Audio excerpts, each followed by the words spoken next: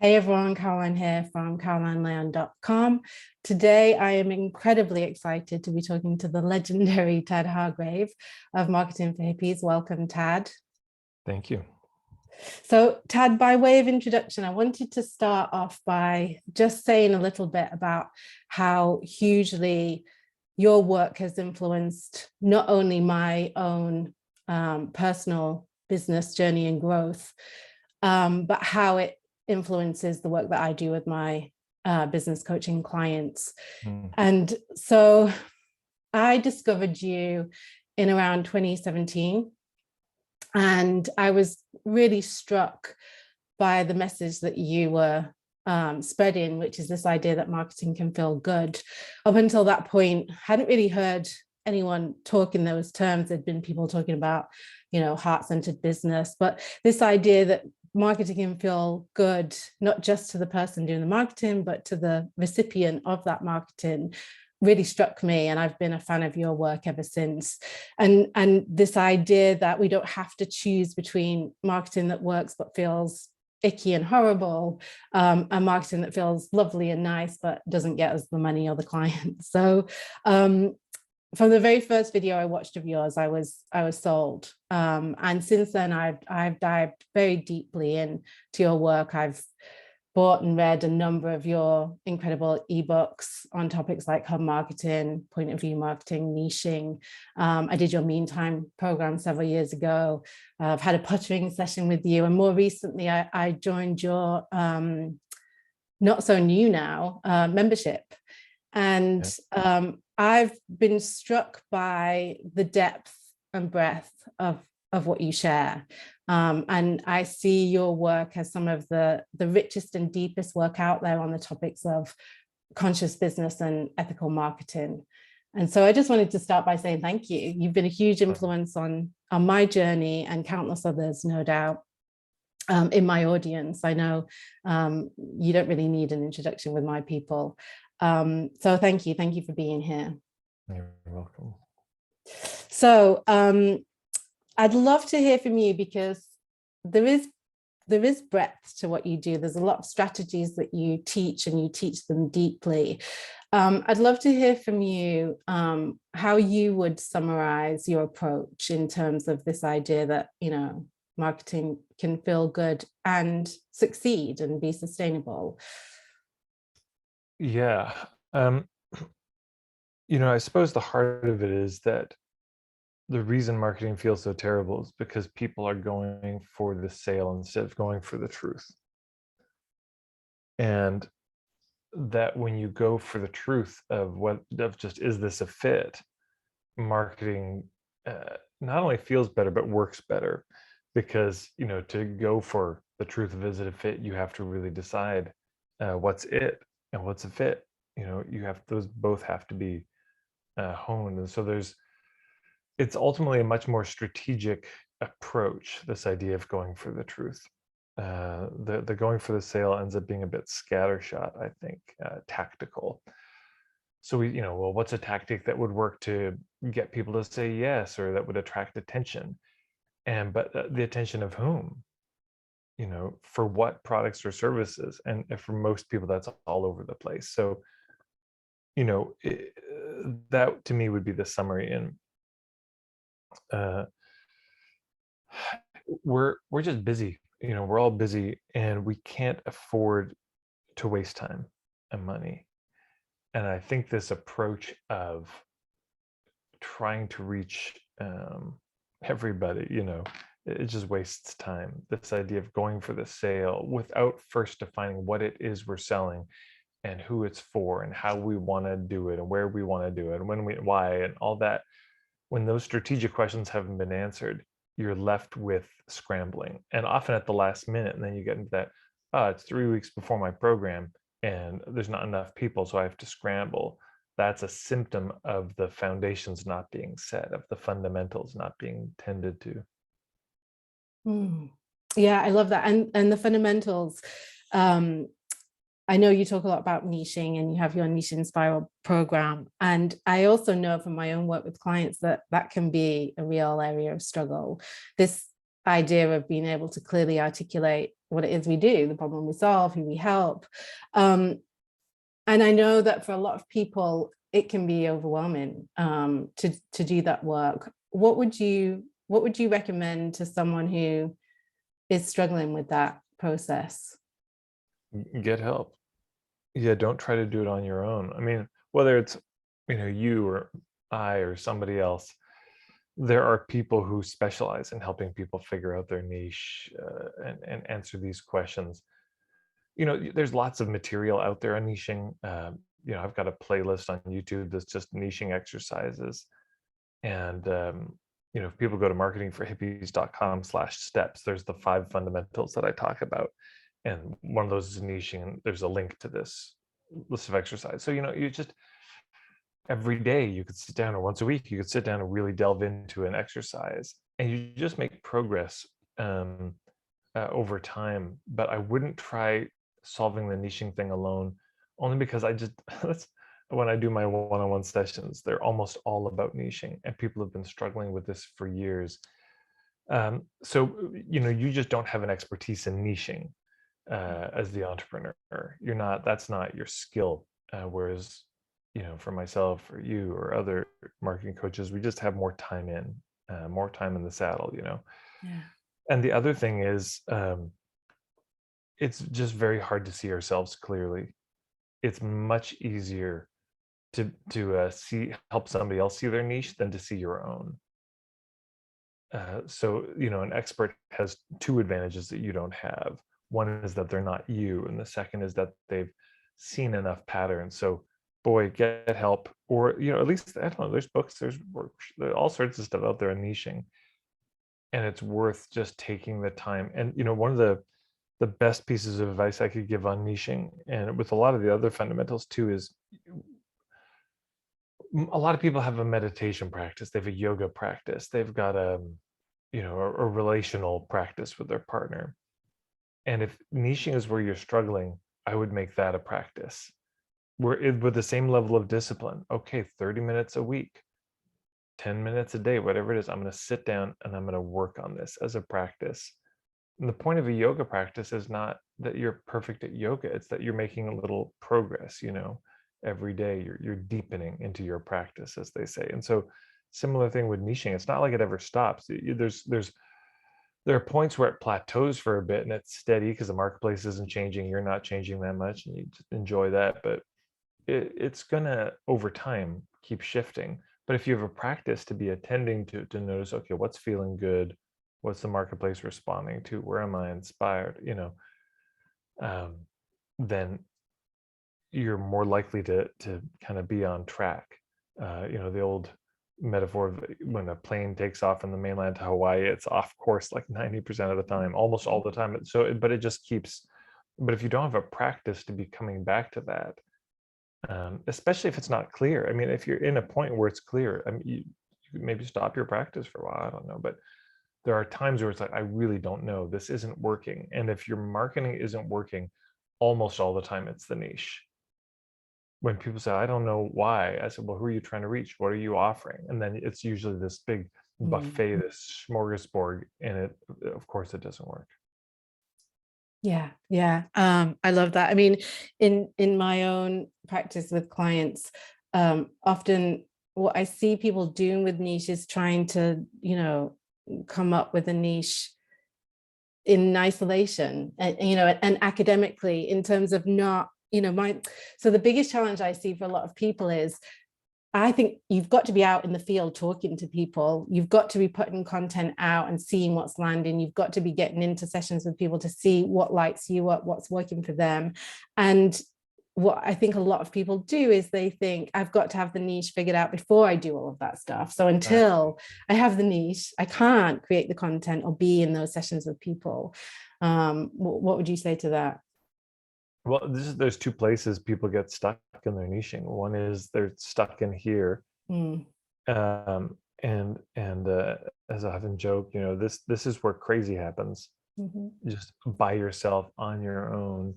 So people come up with ideas or niches that have no connection to the real world. It's gone too abstract, and so they come up with product ideas or niche ideas, and it's like, but wait, that doesn't exist in the real world.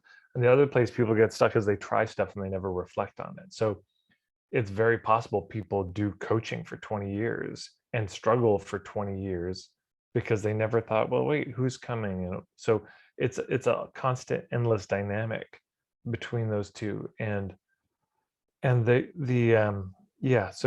niching should be a conversation with the marketplace, not just a monologue in here or listening to the diatribes of the marketplace out there. It should be two-way. Yeah, I love that. And the other thing I would say is, in the early goings, you don't know your niche. That's just how it is. But it's very important in the early goings. I still would say try some things, try on some niches, but it's like you're dating your niche. It's get out there. If you want to be in a romantic relationship, level one is you just go out and be social, just meet people, go out to events. And from that, just being out in the world, you start to know, oh, I'm attracted to this kind of person, not this kind of person. Step two, though, is you've got to actually screw up the courage to say hi to somebody. And what will make that intolerably full of pressure is if you think the first person I approach, I have to propose to and get married to. And that's too much pressure to put on it. So, once you've been social for a while, well, then you say, hey, this is random, but I think you're beautiful and would you be interested in going out for coffee? Yeah. So then you go on a date. And in the beginning, when you're young, go on lots of dates, probably. I mean, in this society anyways, because you're still figuring out what you are interested in. Also because you don't have elders who are kind of doing the matchmaking thing, who know you really well and can hook you up. And we don't have that. And so in the absence of that, we kind of have to figure it out for ourselves. Not ideal, but we go on lots of dates. And yes, there is a certain point where, it may be, I suppose everyone's different, but if what you're wanting is a really solid, committed, sustainable relationship, then there's a point where you've got to decide, okay, I'm going to burn the little black book, and now I'm committing to somebody. And it's tough to know. That may be the hardest thing, is how to know when there's the transition. When do I stop being social and ask somebody for a date? When do I stop asking people on dates and ask somebody to get married? But that's the general trajectory. But if you try to start with the marriage thing, that's unlikely to go well for a million reasons and too much stress. Yeah, I love the date the niche. I'll definitely be using that one.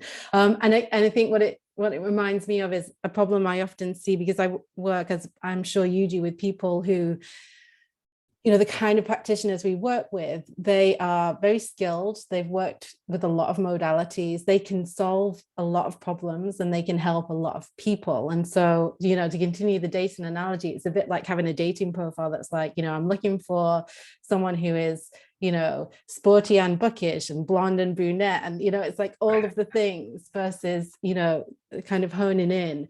And so I love this idea. And it's something I talk about. I talk about experimenting with the niche of just having a niche for now, trying something out, putting something out into the world that invites a conversation around a specific problem or struggle that a certain group of people might be having. Yeah. And it can be a niche for an event rather than niche for your whole business, a niche for a particular offering. Like, hey, I'm thinking about doing this offering for this group. And then rather than rebranding your website every time. I mean, the website can just be your name. It can be, I'm a life coach. That's very general. And then you do these little beta tests, these pilot programs, little niche experiments. And then every time you do it, you learn from it, you funnel that to your homepage. You learn from it, funnel it to your homepage. And eventually your homepage becomes very clear. Yeah. Yeah. I love that. I mean, that's precisely what I did as a life coach back in the day. The way I did it was I offered complimentary or gift sessions to different types of groups on different issues, from relationships to living without alcohol to all the things that I thought I could support people with, and then looked at what I enjoyed the most, because I think that's important. I think often as well, practitioners forget they're so fixated on what they can help people with that they forget to think about what they most enjoy. helping people with. And that's where the gold is. And I think. Yeah, well Yeah. said.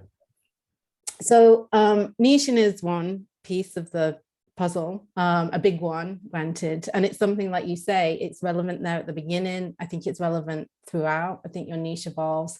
I just did some niching work with my mastermind, and even in the week before we got on our call about it, I changed my own niche statement in the spreadsheet. I was like, look at that. I've changed a word in my own niche statement. So it evolves. And I really believe that. So, when I think of your work, Tad, I think primarily about niching. I think about hub marketing, and I think about point of view marketing. I don't know if that's a fair summary, if you think I'm missing a big one.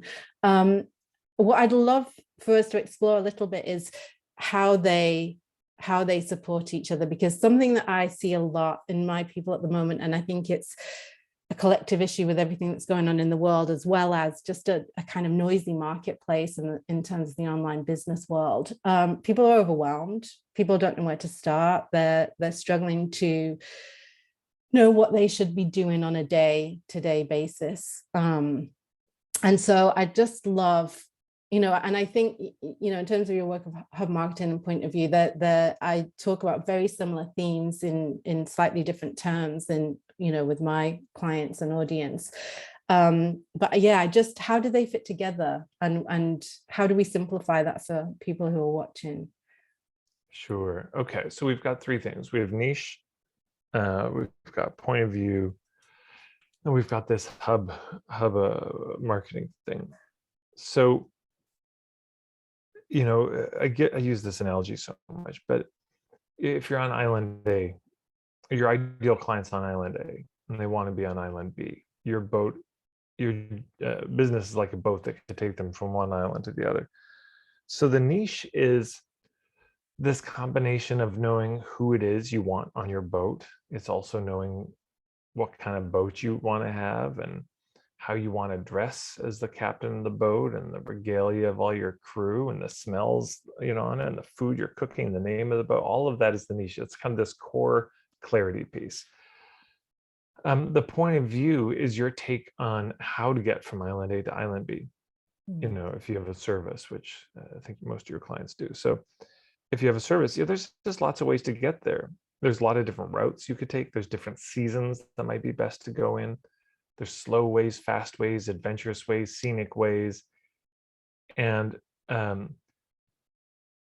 you may say, well, yeah, you can get those boats. It'll get you there quick. But hey, I got this route, and we're going to stop in a few other islands and have parties. It's a better time.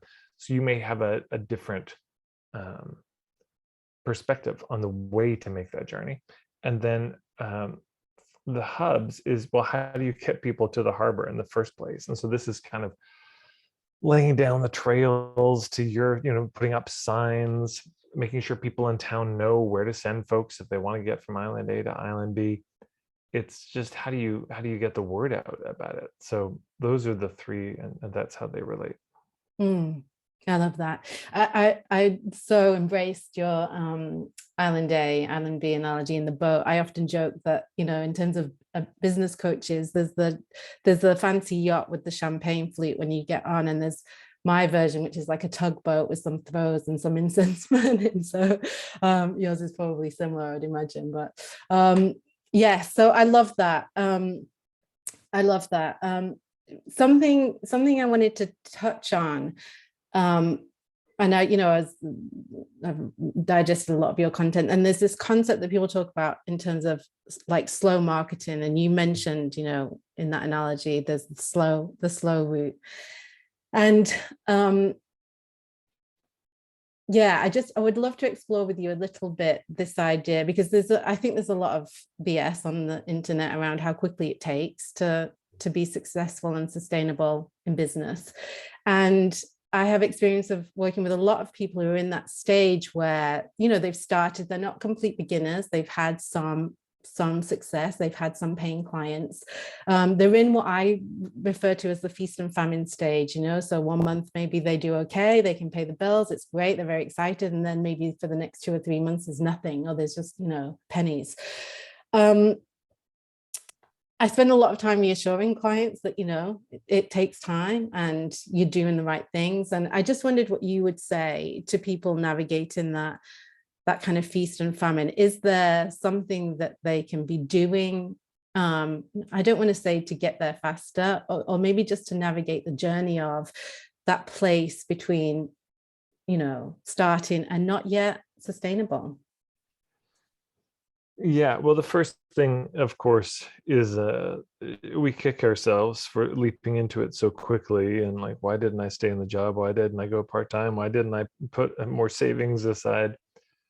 Because that's what most people do in business. You start a restaurant, you get financing to bridge you from, because that the restaurant isn't going to be profitable for 3 years, and so you arrange financing for it, and we never do.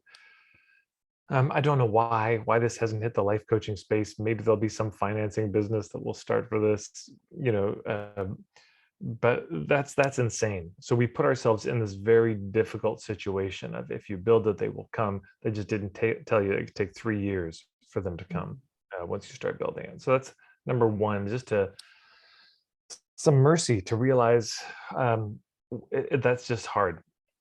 It's a kind of short-term no-win situation. It will be probably feast or famine.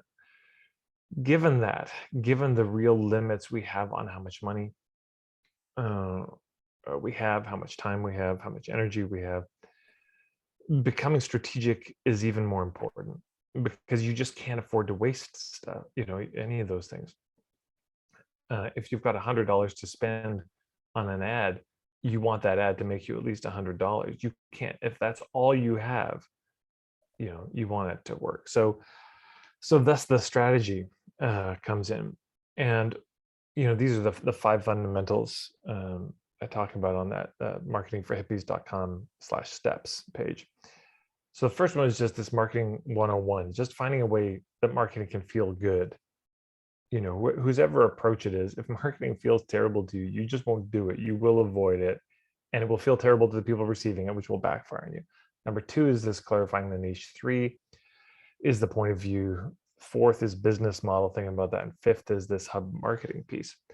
And so when we're in the kind of times we're in, which are, of course, themselves overwhelming, so that gets added to the entrepreneurship overwhelm, is the overwhelm of lockdowns and fear of all the things that are happening in the world right now. In those times, that it's very tempting to be drawn to tactics that are sort of the deceptive tactics that we see, talked about, the hacking your customer's brain and stealth tactics and ninja tactics and the invisible closes and all these things. That's tempting. It's tempting to be drawn to tactics that are deceptive and devious in some way. But my counter proposal would be, in these kinds of times, we have to go deeper. That's the answer, is depth. We have to deepen a number of things. Number 1, our clarity, first and foremost, around what is our niche, what is our point of view, because every 1 hour that we invest in this will save us 100 hours in years to come. Number 2, we have to go deeper in our connections with our clients. This is when you're just starting off. Everyone knows this. When a restaurant starts off, the service is the best for the first, because the owner's on the floor, welcoming people, knows everyone by name.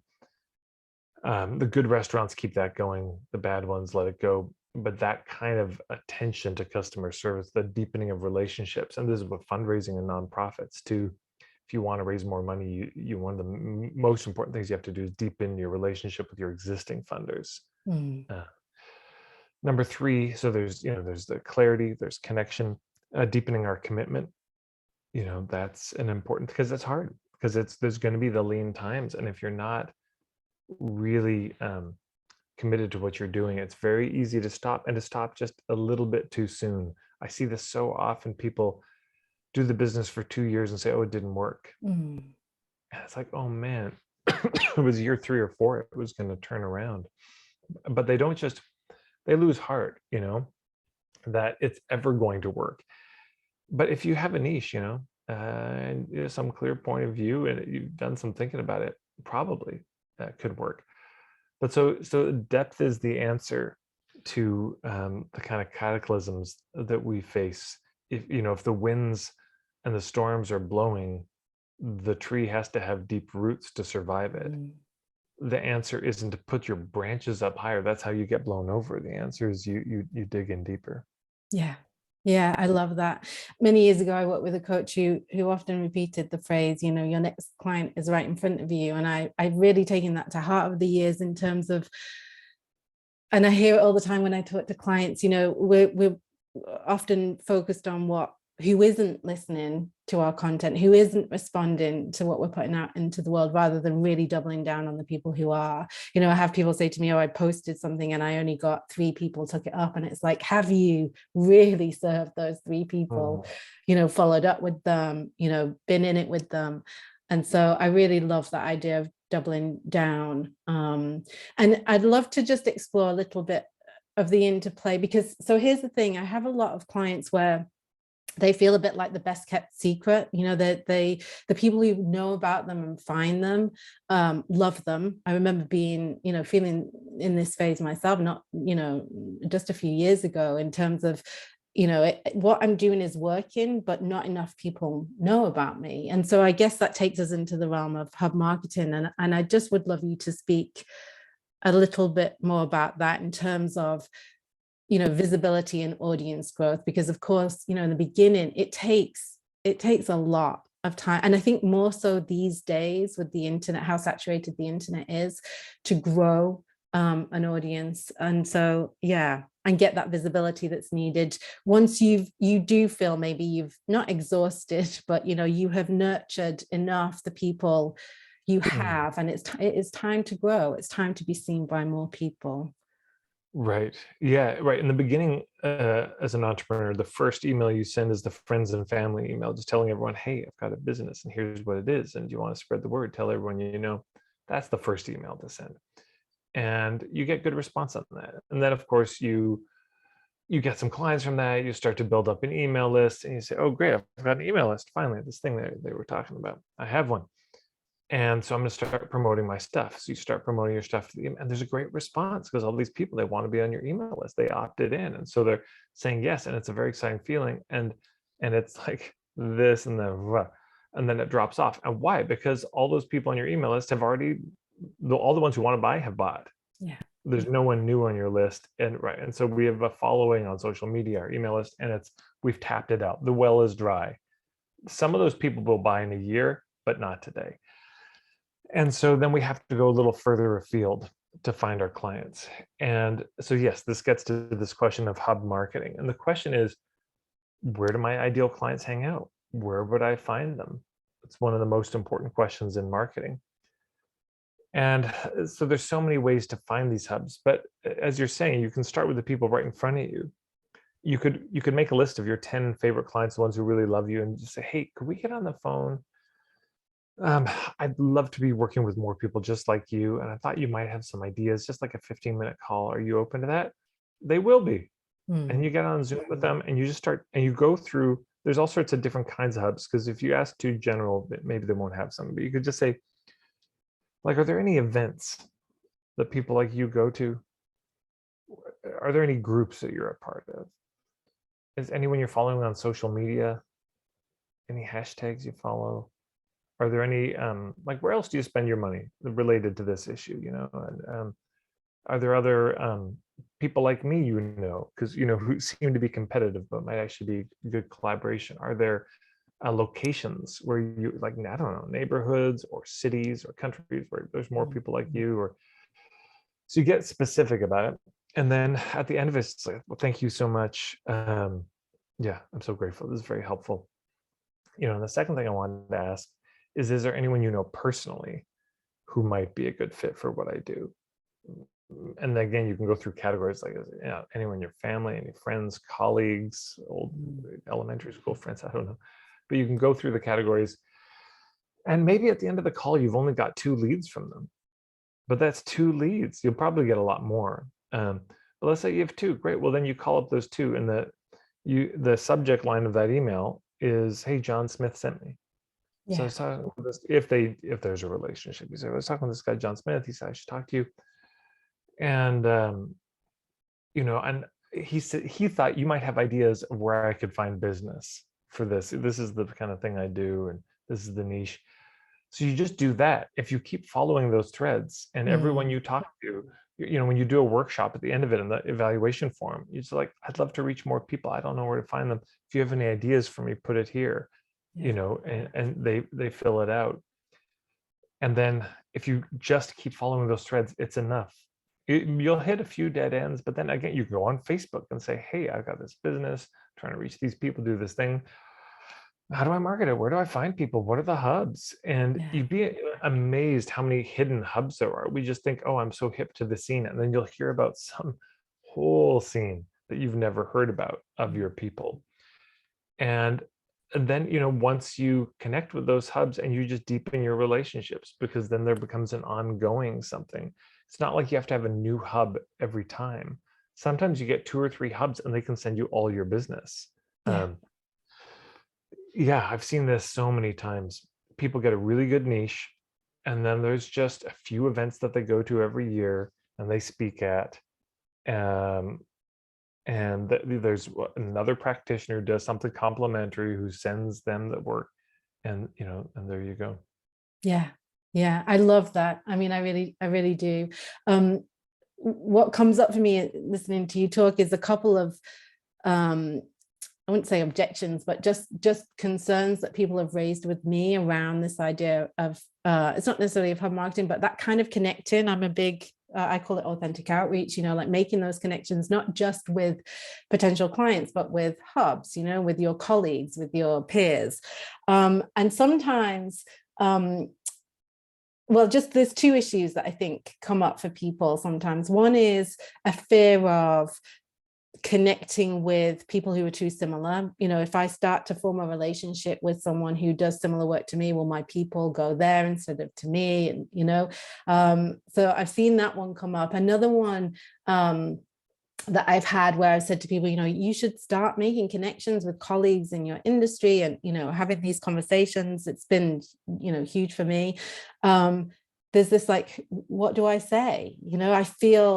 I feel almost like they're going to think, why are you reaching out to me? What is, and I'm curious what you would say. You said a little bit about, how to approach the subject, but in terms of that, finding, I think George Cow talks about them as niche mates, and I'll talk about colleagues and peers. If you're reaching out to people who are doing similar work, I got it. Concern, So, okay, let's take them separately. First one is, right, I start connecting with colleagues, and maybe like we're doing here, we do a conversation, and there's a concern, well, shit, some of my own clients might see this and want to work with Caroline.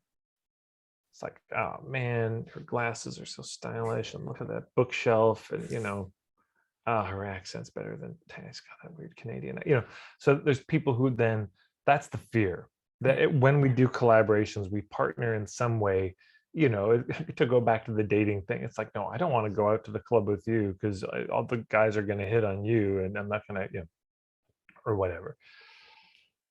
They're better looking than us. They're smarter. They're more attractive, and we're going to lose all our chances. So, but here's the thing. Okay, so that's true. That is true. There will be some of my people who see Caroline and say, oh, actually, I resonate more with her. But why does nobody, that's a two-way door. Why does nobody ever think about that? That some of their people might check you out and say, oh, actually, I want to go work with them. So that's number one. It's a two-way street. Second of all, this is why we niche, because nobody's doing exactly what you do.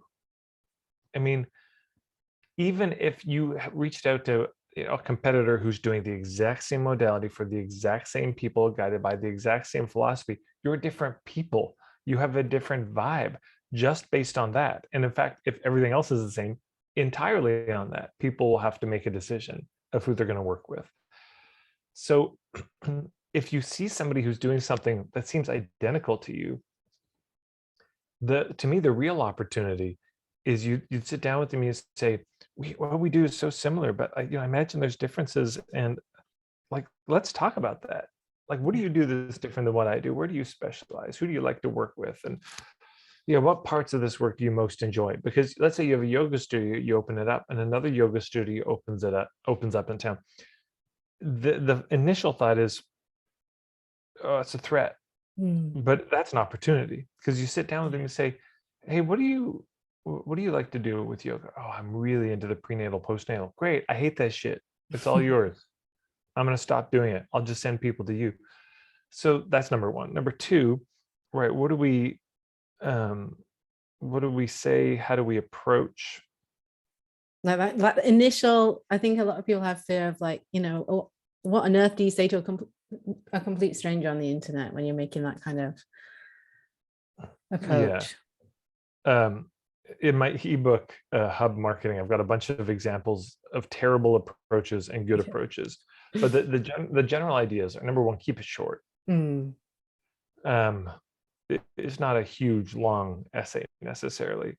Number two is you just tell the story of how you came across them, is what I would do. It's like, hey, I was talking to this person, I saw this ad, and I came across your work. Here's why I resonate with it.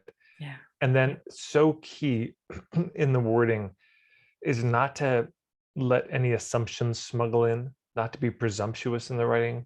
So there's a lot of language like, I don't know if this is a fit. I'm not sure. It's a good match here. I don't know if I could help your people, that type of thing. A lot of uncertainty and equivocation, Yeah. because it's otherwise, if you read these emails where it's like, I have this process and this could be such a powerful fit Yeah. for your people, and this would be just amazing. And I'm like, who are you? And why are you assuming that anything at this point? So we just keep it very open. And the other thing is, I think it's when we're reaching out to a hub, it depends on the intention, but it's not a bad idea to, reach out for kind of guidance and mentorship rather than, hey, can you send me clients? Where you just say, look, I'm in this space and I was talking to this person, especially if you're just starting off, Yeah. and I'm just starting out myself. This person, said you're a big name in this space, and I don't know if you'd be willing to, can I take you out for lunch? Can I buy you a coffee, or would you be willing to spend some time on the phone? Um, I think we do something similar, but different enough. And I'd love to learn more about what you do.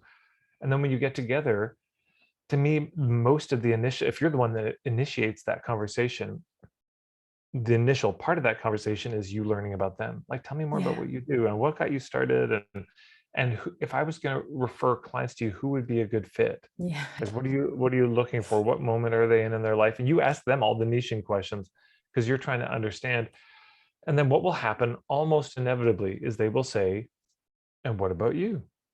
And they'll ask you all Yeah. the same questions back. And now you both know about each other. But if you go in to that conversation with the agenda to get a hub, it's the same as going in with the agenda to get a sale. Yeah. If we go in with the agenda to get to the truth of, is there any fit here at all? And there isn't always. In fact, most of the time, there won't be any substantial fit. But every once in a while there is. And so if you go in for just the truth, like, let me learn about you, what do you do? And you're just thinking, like, how could I support this person? Is there any way? Um, and it may just be that you have it in your back pocket. You're working with a client, you say, a couple of years ago, I talked to this person, maybe they're still doing the same thing. And similar with them.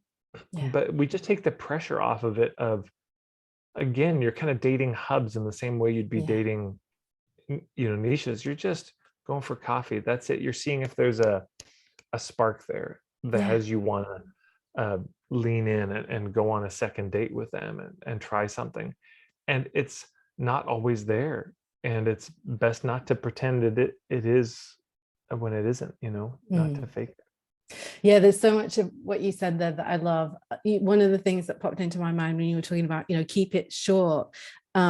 One of the things I teach is like, always ask for permission. Can I send you more details, versus like, here is everything about, who I am, and, have a brief synopsis of like, this is this is, you know, whatever it might be, the opportunity, or, you know, can I send you more? Do you want to talk? So I love what you said there. And the other piece is, I always talk about looking for the win-win. You know, if you go in looking, trying to get something, of course, people feel it. It's energetic. The intention is really key. And so often I think that's the biggest struggle for a lot of people, because they are in that place of trying to get the hub, trying to get their business off the ground, trying to make it work. A lot of the work I do with people is like having them get back to this, I call it, you know, getting back to a place of service. You know, what can you do for that person? So I loved what you said there. You articulated it so well. It reminds me of a quote I often use from, I think it was Seth Godin, where he talks about, forget about the elevator pitch and think about the elevator question. You know, when someone asks, like, you know, what do you do? Think, you know, how can I serve you? What, you know, what do you need help with? It's that reframe all the time that I think often people need to be reminded of. You know, they're in that get mode. I don't know if you know the book, The Go Giver by Bob Berg. Have you? I know Bob Berg, yeah, sure. Oh, do you? I love it. Yeah, it's that, you know, it's switching that mindset from getting something to giving, or finding the mutual benefit. Well, yeah, let me just quibble with that for a second. Yes, do. Because I like what you said at the end there, the mutual benefit. I think part of the challenge, and you probably see this in your clients too, is there's a tendency to overgive, which is strangely, so we've got two dynamics. One is we're trying to get something on one hand, trying to get a hub, get a client, which is unattractive to be coming in. It reeks of a kind of desperation. Then on the other side, we tend to overgive, and meaning we spend all our energy on other people's success and not our own. And so, and then the third thing to weave in here is that there is such a thing as you make people uncomfortable by giving too much. Yeah. You know, that we show up and it's like, what can I do for you? How can I support? And that can also be overwhelming in its own way, where people are like, whoa, I don't even know who you are. And they did an experiment going around, here's $100 bill, trying to give it away to people on the street. And they filmed it, and people don't take it because it's like too good to be true. So there's something about, you know, what's the level of giving that's appropriate here. But to me, this comes down to what's the fit. And not just, I think it's dangerous also to go into with the question, how can I help? What's the mutual benefit? Because even in those questions, there's the assumption that there's anything there at all. Yeah. And to me, it's a easier road to go in, open and curious, and just wondering, is there any mutual benefit here? Is there any way I can support, rather than how can I support you? Yes. As a kind of assuming that there is. It may seem like a subtle linguistic shift, but I would rather somebody's like, hey, is there anything I could do to support you? You've got this thing coming up. Is there, I mean, could I spread the word? Is there anything I could do? Versus I've sat with people and there's a kind of posturing energy, and they've clearly done too many personal growth workshops, because now they have that vibe about them. And I just remember a colleague, and I was just looked at her like, oh man, like you've turned the color of the Kool-Aid you were drinking. It's so, but she was saying, Tad, how can I powerfully serve you? And I was just like, let's just take half an hour to unpack that little sentence you said. How, as if you're assuming there is a way and that I want it from you. Yeah. And like powerful, like it was just, anyway, it just felt like a lot. She'd given me this huge emotional burden to carry. So in the beginning, you know, I remember Stephen Jenkinson, who I've studied with, talking about dating. He's like, on a first date, the job is to just utterly, woefully underfunction. Why? Because you're giving the person you're on the date with some credit that they can pick up on things from you. You don't go into the first date trying to impress the hell out of your date and all your best qualities. You know, I realized a while ago I do close-up magic, card tricks, coin tricks, and I'm pretty good. And I realized that I was always doing it on a first date to impress. And it's like, it's actually way better to have that show up on the fourth or fifth date Mm. as a surprise, Yeah. But if so, when we go in trying to be impressive, trying to get something, or trying to give, it's almost like those are either sides of the same thing, rather than just going in for a conversation of let's just see if there's something there, trusting that they might also have a curiosity if something's there, given that you're doing Yeah. something where they could benefit from it, maybe. And then it's just a human conversation rather than a pitch, because one can pitch um, to get something from somebody, but one can also pitch to give. And either way, it's a pitch. Yeah. And rather than we're just kind of chatting and is there something I don't know? And Mm. then, hey, that thing you just said, I like, you can pick up on things they say and they'll pick up on things you say. And you'll be sitting there and you'll notice an idea strikes. It's like, hey, this could be a terrible idea.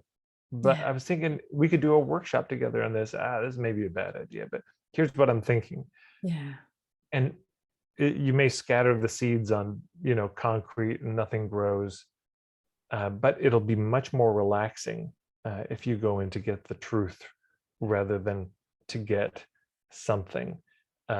Because also the twist of this coming in from a place of service, it's so sneaky because often it's like, I'm going into these conversations to be powerfully of service. Why? Because then they'll be more likely to work with me.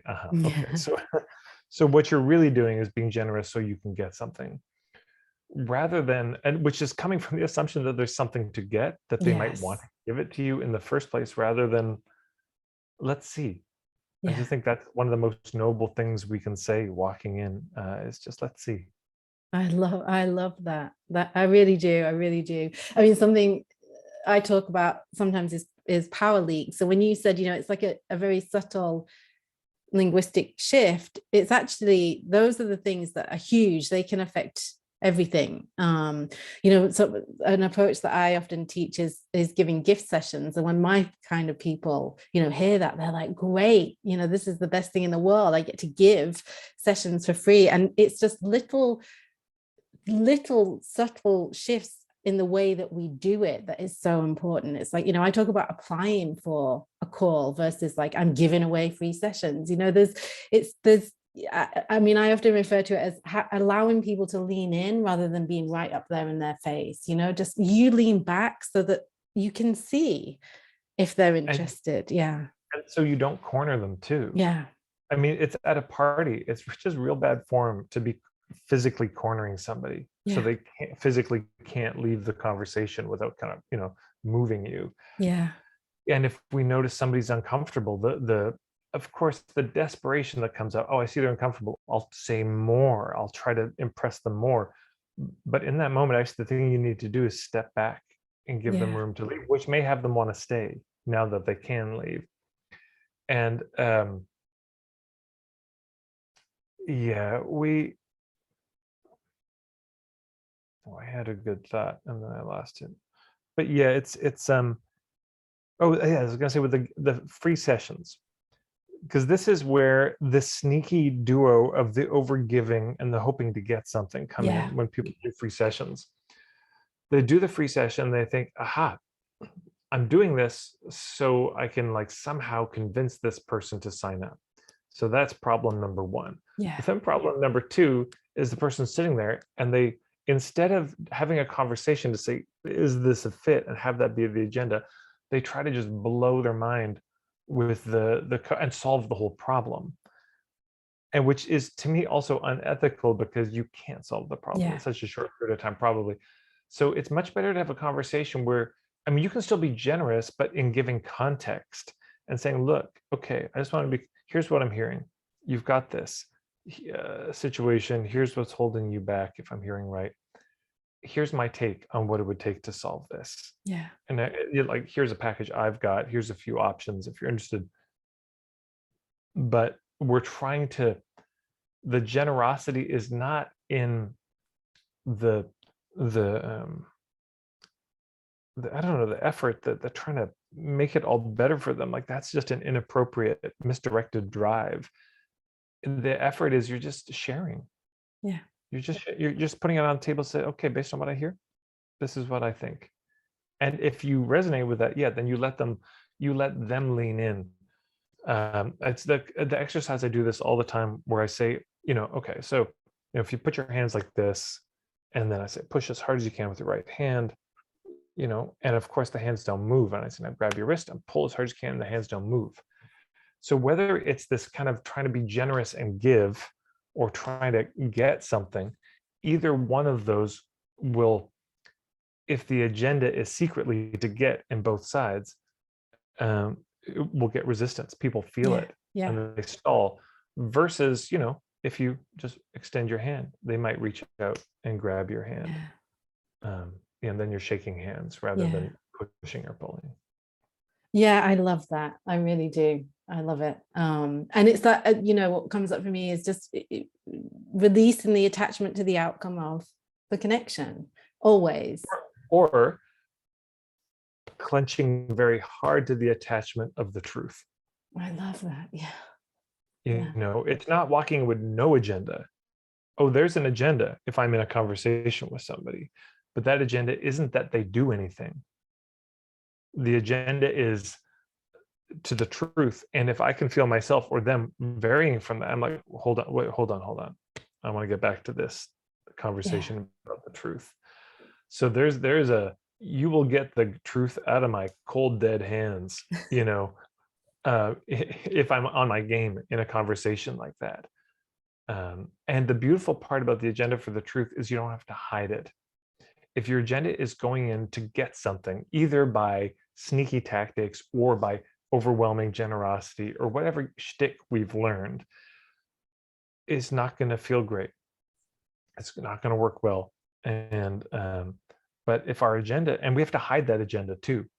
It's like, hi there, I am going to be so incredibly giving in this conversation because I'm hoping that will induce a feeling of reciprocation and you're going to want to give back, because I learned this in a book years ago. Versus saying you can't say that. You have to hide that agenda.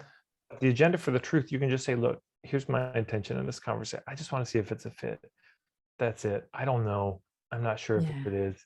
And it's, you were saying the win-win thing. And Stephen Covey had a great thing. Is that it's win-win or no deal. Yeah. That's the caveat, the proviso. Because sometimes with the win-win, people go in, oh, it has to be a win-win thing. So then there has to be a thing. Yeah. So we have to keep talking until we find a way that both of us win. Yeah. But there may not even be a fit there. So the no deal has to have its place on both sides, where either side can hit that button and say no deal, and then there's no deal. Yeah. I think you're like this. One of my colleagues, Ellie Trier, talks about when it comes to networking and making connections, she talks about embodying your inner Labrador, because a Labrador goes up to anyone and everyone, and with the tail wagging, full of enthusiasm, wants to be friends, but isn't offended or hurt if there's nothing there. If the person, brushes the dog away, just goes on to the next one. And so that thought comes into my mind also as you're talking. It's just holding it lightly instead of taking it so seriously all the time also. I've heard this from so many dating coaches when they work with guys around dating. It's like the mistake that guys make is they go out to wherever to meet women, and there's so much pent up agenda. And so by the time they have a conversation with a woman, it's all this emotional freight is coming in behind them. And so when they'll take guys out, it's like, look, we're just going to be social for the first hour. I mean, just even as you're walking down the street, just start getting in that vibe. Like, man, I like your jacket. Hey, nice shoes. Hey, that hairstyle's working for you, sister. It's just appreciative and friendly. And so for that first while, you're just trying to get into that vibe. And it's interesting when you come into a space in that way of, I'm just here to uplift everybody. I'm just here to raise the vibration of the whole room. Here's the irony. That's extremely attractive. I mean, to men and women. People come up to you like, hey man, you're awesome. What's your deal? You got such a great vibe. and women find that attractive, in one way, and men in another way. And then people are coming to you. There is a kind of magnetism because you've shown up in the room. And maybe this is the distinction I might give, is you've shown up in the room not to try to be of service to particular people, but to the room Yes. itself. You're trying to lift up the whole space from which everyone benefits. And so if we engage in our marketing in a way that's like, I'm not just marketing to be of service to particular people, but I'm trying to market in a way that lifts up the marketplace itself, all of us benefit from that. Yeah, I love that. I think that's a wonderful place to stop. I know I could talk to you forever, Tad. This has been an incredible conversation. And I know I haven't figured out what the title of the piece will be, but it's something about finding the truth, because I love that. I think that's been a really powerful part of this conversation for me. And know it will be for the people watching. So Tad, thank you. Thank you so much. And before we wrap up, I'm going to share links to your stuff, but is there anything going on in your world that you want to share with people in particular? Well, if you go to marketingforhippies.com, it's all there, and I've got an events page which has the upcoming events. Okay. At some point in the next few months, I'm doing my 30-day Marketing for Hippies 101 course, but I can't remember the dates. Amazing. Okay, perfect. Thank you, Tad. Thank you.